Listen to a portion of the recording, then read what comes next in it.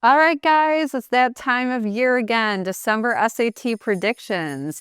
You know that time of year when holiday songs are swirling in your head along with all the grammar rules? I'm Laura Whitmore with Strategic Test Prep. I've been a test prep coach for 18 years. I score 1590 on the SAT, and I have an awesome tutor team that together, when our powers combine, we help hundreds of students around the world improve their SAT scores. And yes, I am rocking the Santa hat today because I am your academic Santa, bringing you the gift of higher scores. Before we dive in, the very best present you guys could give me this year is hitting the subscribe button and notification bell below.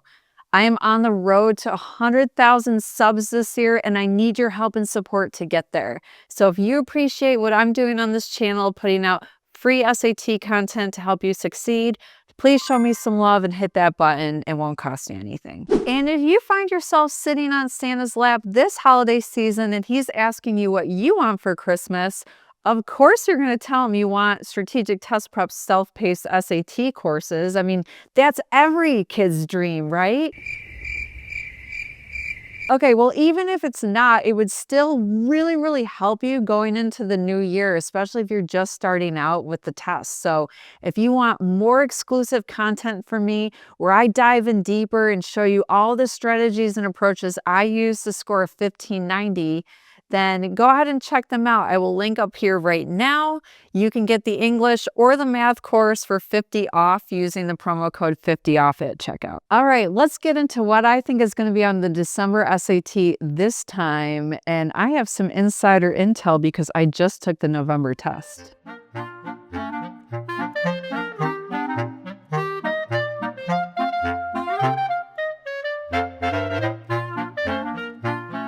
All right, guys, let's start with prediction one. I think the complementary angles rule is going to be on your test. I saw it on November and it's been tested since the dawn of time. So let's talk about what the complementary angles rule states. Essentially, it states that if two angles are complementary, so like if angle A and angle B add to 90 degrees, then if you take the sine of one of the angles, it equals the cosine of the other angle. So now let's talk about how that's relevant here. Well, first, when I look at a math problem and I see sine in it and then potentially cosine in it, I'm already thinking they're probably testing me on the complementary angles rule. But let's read it and figure it out. So it says triangle STU shown is a right triangle. Which of the following has the same value as sine S? Okay, well, if I go from sine S, it's opposite, so that would be this, over hypotenuse. And I don't know what the hypotenuse is right now. I mean, I could definitely find that out, but let's just hang tight because, whoa, we've got complementary angles rule coming into play. The complementary angle to S is T.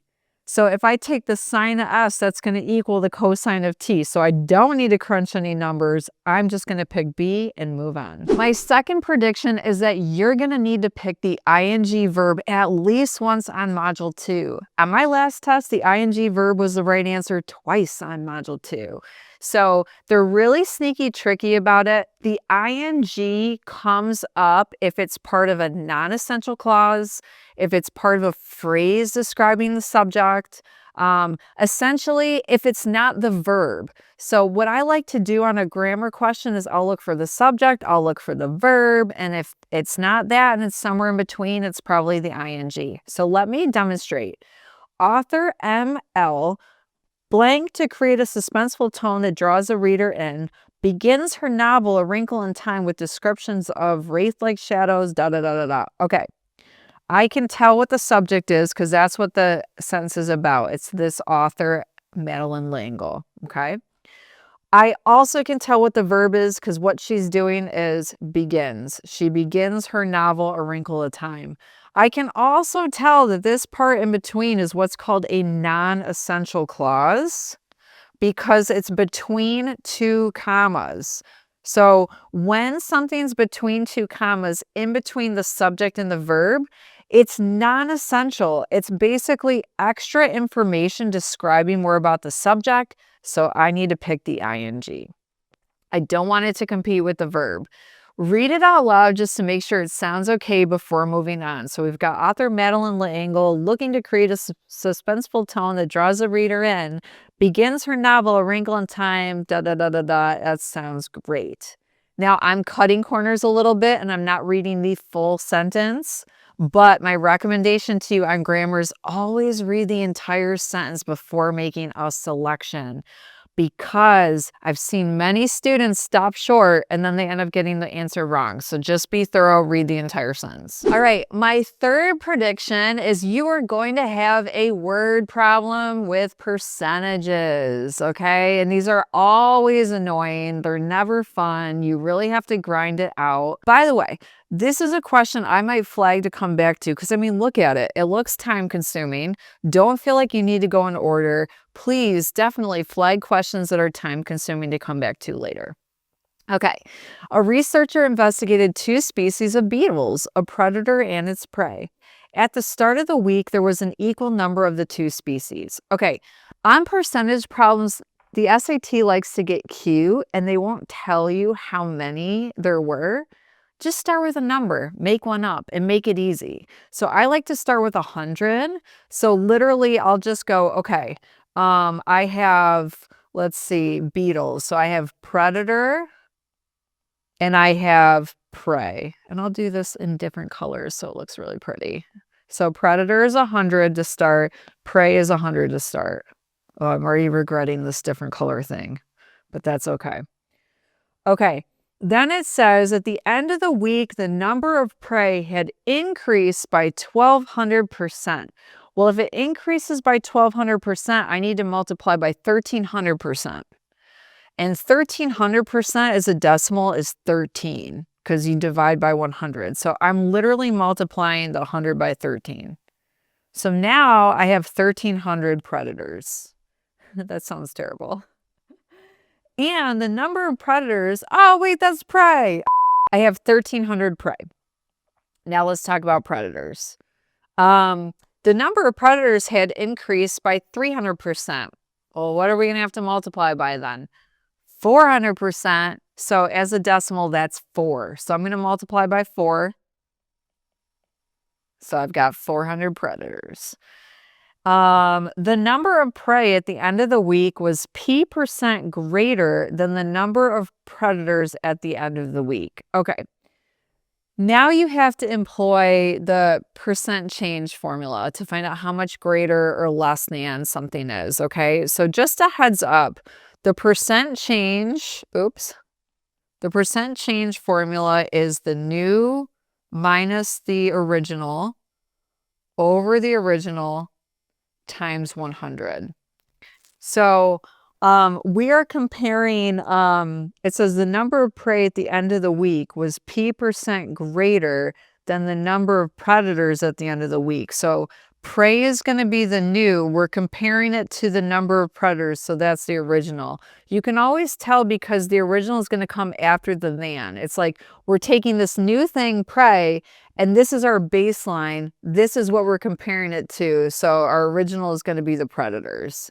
So when I go ahead and I throw it on in there, I've got 1,300 minus 400 over 400 times 100. You can do this in Desmos or you can use your handheld calculator. So I'm going to have 900 divided by 400 times 100. So 225% is the answer. They want it in percent form. So please don't put 2.25. They said P%. So you want it in percent form. It's 225%. You will grid in 225. All right. If you guys are finding this video helpful so far, spread some holiday cheer and hit the like button below. All right. My fourth prediction is that you're going to have a punctuation question where only one answer separates 2 complete sentences, and that's the right answer. So if you have practiced grammar questions in the question bank, hopefully you've spotted this pattern because there's like a gazillion questions just like this in College Words question bank. So when I'm on a grammar question, I often like to just start by glancing at the answer choices to get a sense of what they're testing me on. And I can see the answer choice C is the only one that can separate two complete sentences. So I'm already leaning towards that. And then what I'll do is I'll just check to be sure, because you never know. You don't want to assume. Strategies work 90 to 95% of the time, but they don't work 100% of the time. So let's be accurate and thorough. So I'm going to go ahead and draw a line and then another line. I want to read the first part up to principles, because that's where the divider is at, because that's where they're putting the potential punctuation marks. So we have the philosophy of the Montessori method is based on several guiding principles. Sounds like a complete sentence to me. Philosophy is the subject, is based is the verb, and then they told us what it's based on. So we have a complete thought. So we have a complete sentence on the left. Let's check the right. Developed by Italian educator Maria Montessori, who believed in fostering independence and self-directed learning in children. Oh my gosh, we don't have a complete sentence here.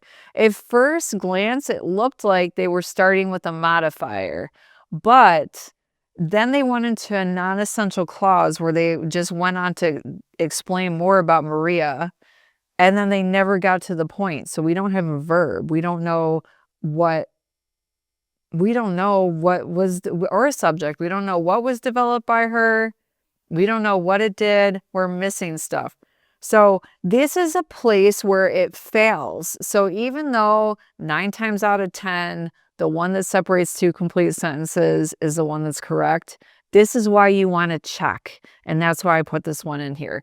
Since that failed, then we're going to have to go back and look at our other options. So we have the philosophy of the Montessori method is based on several guiding principles developed by Italian educator Maria Montessori, who believed in fostering independence. Okay, so the answer is going to be B. We're just going to pick developed kind of in a similar way that we need to pick the ing, because this whole phrase right here, oh my gosh, I feel like I'm so bad at explaining this right now, but is based on several guiding principles developed by Italian educator Maria Montessori. That's just the complete thought telling us what it's based on. We don't need a verb because it's already here. So essentially, B works because the ED will keep it so that it's just a phrase describing what it's based on. So similar to the ing stance, and honestly, on my November test, I saw this go down at least once or twice. I think what they're doing to try to level the playing field right now is they are throwing some grammar curveballs. They're not doing what you would always expect. I didn't see one subject-verb agreement on my test, which was interesting. However, other people said that they saw it on theirs. But the grammar is definitely evolving, and I want you guys to be ready for this kind of stuff. So always read the sentence, even if you want to use the strategy. Check to see if it works or not before you commit to it. All right, my fifth prediction is that you are going to be able to run a regression with a vertex problem. Let me demonstrate how this is going to work. So it says a quadratic function models the height in meters of an object above the ground as a function of time t in seconds after launch. We've all heard about these problems, right? An object's launched off the ground. Not very creative. They come up a lot. It says the object is launched from the ground 0 meters and reaches its maximum height of 400 meters at t equals 10 seconds. Let me give you guys a visual so you can see what's going on here. This is going to happen in quadrant 1. So it launches from the ground. So we do have a point at 0, 0. And then at 400 or at 10, 400 is where it reaches its maximum. Okay, that means it's going to come back down over here. Now, I need one more point in order to run a regression here, because if I have just 1 0 in the vertex, Desmos struggles with that. So like if they give you just the 2 zeros, you can't run a regression. If they give you just 1 0 in the vertex, you can't do it. You need 3 points. You need the 2 zeros and the vertex so that Desmos can determine how wide or narrow it is and really come up with an accurate equation. But here's the thing, even though they didn't give us 3 points, we can figure out what the third point is, because right through the vertex is what we call the axis of symmetry. That means that 10 is right smack dab in the middle of 0 and the other number. So our other 0 has to be at 20, 0, right? Because we're plus 10 here and then plus 10 here. Axis of symmetry, a parabola is symmetrical. So now I have my 3 points. What's cool is I can run a regression in Desmos, and Desmos can do all the heavy lifting. So let me go ahead and pull that up. Now to run a regression, I'm going to type in the word table, and then I'm going to throw in my points. I've got 0, 0. I've got 10, 400, and then I've got 20, 0. Now I'm going to hit this little button over on the left side, and then I'm going to choose quadratic regression because it's a quadratic, and it literally gives me the equation right here, which is amazing.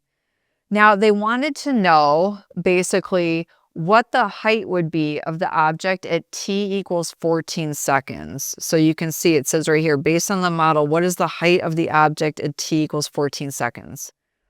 Well, t is time, which is your x-axis, okay? We counted over for time and up for height.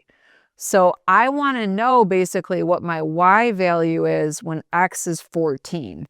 So what I'm going to do is on the next line, I'm just going to keep it simple. I'm going to type in x equals 14. And then I'm going to zoom out until I can find the intersection point. Let me just run up here. Boom, there it is. So my answer is 336. At 14 seconds, it's 336, whatever high, meters.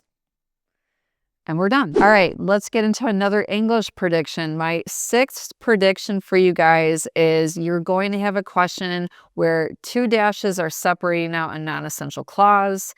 So what I usually tell my students to save some time is if you see a dash in the text, pick the dash. However, remember, strategies can fail 5 to 10% of the time. So my recommendation would be to read it out loud and make sure that this part in here truly is non-essential. And there's 2 things you need for it to be non-essential. One is, can you take it out and it will still be a complete sentence? And then the second thing is the subject specific enough? Like, do we know what we're talking about without it? So let's run through this and let's just make sure it's a non-essential clause, and then we can pick the dash. So we've got, in addition to advocating for South America's independence in 2 political treatises, ooh, that's a fancy word, the Cartagena Manifesto and the letter from Jamaica, Simón Bolívar personally led armies against the Spanish, liberating 3 South American territories from colonial rule. Well, I can tell if I take that out, it still is a complete sentence and it makes sense. I also know what the sentence is about without it. I can clearly see that's just extra information. They're going into what the 3 territories are specifically. So this is a great time to pick the dash. It definitely is separating out a non-essential clause. My 7th prediction is that you're going to have a system of equations with binomials. Now, before you run to Desmos to type it all in and see where they intersect, please, guys, these can be done very quickly and easily by hand. So let me demonstrate. When I go to add these together, these cancel out because if I have plus 4 and minus 4 y plus 7s, then, you know, they're additive inverses and they're going to cancel. Now, I have 2x minus 2s, and then that's going to add to 117 plus 442, so 559. Now, here's a nice little hack for you. If they want 6 of them, all I need to do is multiply both sides by 3, and then I'll have 6x minus 2. So don't feel like at that point you need to divide by 2 to find out what 1x minus 2 is. You're actually going to waste more time. Cut to the chase, figure out what 6 of them would equal, and then you'll have the answer right away. And so the answer on this one is 1677. All right, let's talk about prediction number 8. So Semicolons separating items in a list. This is kind of funny because this sounds very similar to the other sentence I put in here. But one strategy that saves me a ton of time on the grammar is I like to look in the text first for any unique punctuation marks. So like when I saw the dash, I'm like, this is probably the dash. Now in this case, I'm seeing a semicolon up in here. And they use semicolons like commas sometimes to separate items in a list. So that's if the items are super long and wordy, or if the items already have commas within them. So my guess is they're doing that here because there's a semicolon as one of the answers. So I'm just going to read it to make sure that's what they're doing before I make my selection. We've got to serve local families during the Great Depression. Innovative New York City librarian Pura Belpre offered storytelling in both English and Spanish, an uncommon practice at the time, celebrated El Día de los Tres Reyes Magos, an important community holiday, and put on puppet shows. Okay, so they're telling us the three things that they did. So here's one thing that they did. She offered storytelling in both English and Spanish, an uncommon practice at the time. She celebrated El Dia de, okay, I sound terrible. My accent is off, sorry. An important community holiday. That's the second thing she did. And she put on a puppet show dramatizing Puerto Rican folktales. So it's clear that there's three different things she's doing. They're separating them with semicolons because they're super wordy and long-winded. And one of them already has a comma in it right here. So I'm going to go with the semicolon. Now, the tricky part is when they give you two semicolons in the answers, because if they give you two semicolons in the answers, then you've got to think about parallelism and make sure each item is worded in the same kind of order and way as the other two items. So just be careful with that. All right, prediction number 9. I think you guys are going to have a margin of error question on your test. I know I saw one on my test in November, and they can get a little tricky when they start talking about plausible, likely, not possible. So let me just set the record straight and tell you guys what to do here. So if they say the estimated mean was 5.2 miles with a margin of error of 0.6 miles, that means the plausible values it could be is anything either plus 0.6 from 5.2 or minus 0.6 from 5.2. So the range is going to be 4.6 to 5.8. That's the plausible value range. Okay. What I need you guys to be aware of is if it falls outside that range, for instance, let's say it's 4.3. 4.3 is not impossible. It's just not likely. So like, let's take a little note on that. It's not impossible. It is just not likely. So they could switch up what they ask for, and you just want to make sure you pick the right language and the right wording for this. So for this one, if we get to A, it's not likely that all visitors hiked between this because again, it's possible it could be outside that range. So not all of them might be in that range. I'm going to get rid of A. B says it is likely that most visitors hiked exactly 5.2 miles. Well, that goes against the whole notion of a margin of error anyways. So let's get rid of B. C says it is not possible that any visitor hiked less than 3.5 miles. That's where you need to be careful. Yeah, 3.5 miles is low and it's way outside the range. But it's always possible that you could get something else. So you can't pick C, so you have to pick D. It is plausible that it would be between 4.6 and 5.8. All right, and my last and final prediction for you guys is you're gonna have a slant height of a cone question on your test. This has been trending hard going into the end of 2025. It's certainly not one of my favorite questions, and it can be a little tricky, so I figured I'd share it with you guys today. If I get to a slant height or any kind of geometry question on Module 2 like this, I skip it and save it for last because it's just so much more time consuming.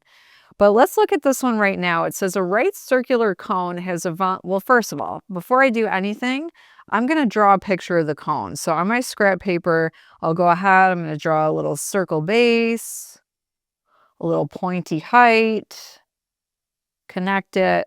There's my beautiful cone. And it has a volume of 1024 pi, okay? It's going to be important for you to know the volume of a cone, which is on your reference sheet. So if I go to like our math cheat sheet, let me show you guys that real quick, which we can link this down below for you. So I'll make sure that we've got this linked in the description. You definitely want to look over the math cheat sheet because it's all the concepts you need to know for the test. All right, so check this out. On our math cheat sheet in the bottom right corner is the reference table that you can actually get when you're inside Bluebook. You just click in the upper right when you're taking the test on reference. This will pop up, and the cone is the second one in from the right on the bottom. So volume is 1/3 pi r squared h. So let me go ahead and write that down. Volume is 1/3 pi r squared h, and that's going to equal 1024 pi. Now they said the area of the base is 256, okay? The base is 256. Now guys, the base is a circle. So your circle is pi r squared. That's the area of the circle. So I'm just going to go ahead and substitute in 256 pi for that. So I've got 1/3 times 256 pi times h equals 1024 pi. Now it says, what is the slant height in inches of the cone? Well, first I just need to get the height of the cone. That's what I'm trying to do right now. I'm trying to get this thing. So let's solve for that. It's just going to be some quick computations. So like I could multiply 256 times 1/3, right? Or divide it by 3. And so then I've got basically 85.3 repeating times the height. There's a pi in there, but let's just cancel those out because that's going to cancel on both sides anyways. And then I'm going to divide by the 85.3 repeating on both sides.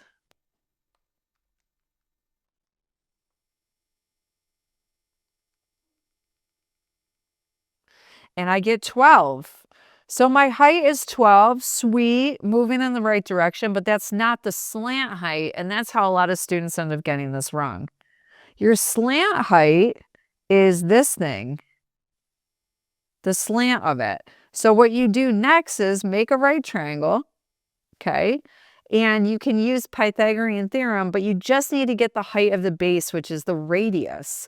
So if we go back to the pi r squared equals 256 pi, we can solve for the radius. R squared is 256. Let me go ahead and square root that.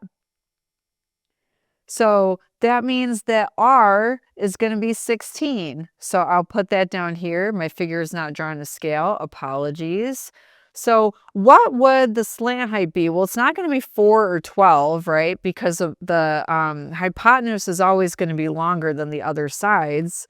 So let me just quickly pop this in Desmos just to find out real quick. So we're going to have a squared plus b squared equals c squared. So 12 squared plus 16 squared, that's going to equal c squared. I'll call it x squared though, so it'll show up on the graph for me. Let me go ahead and hit the home button and then see where my zeros are at. And it's 20. Amazing. So my slant height is 20. And I'm done. And that wraps up my December SAT predictions. If you're taking the test soon, good luck. May your curve be kind and your Desmos graphs behave. If you like this video, hit the thumbs up and make sure to comment below and let me know what your goal score is on this test and what you've been doing to study so far. Also, I'm on the road to 100,000 subscribers, so if you really liked this video and you made it all the way to the end, make sure you smash that subscribe button below and help support this channel. And just so you know, we are now accepting new students for the 2026 cohort, getting ready for the March and the May tests. So our spots are limited. If you're interested in working with us, head to our website, strategictestprep.com.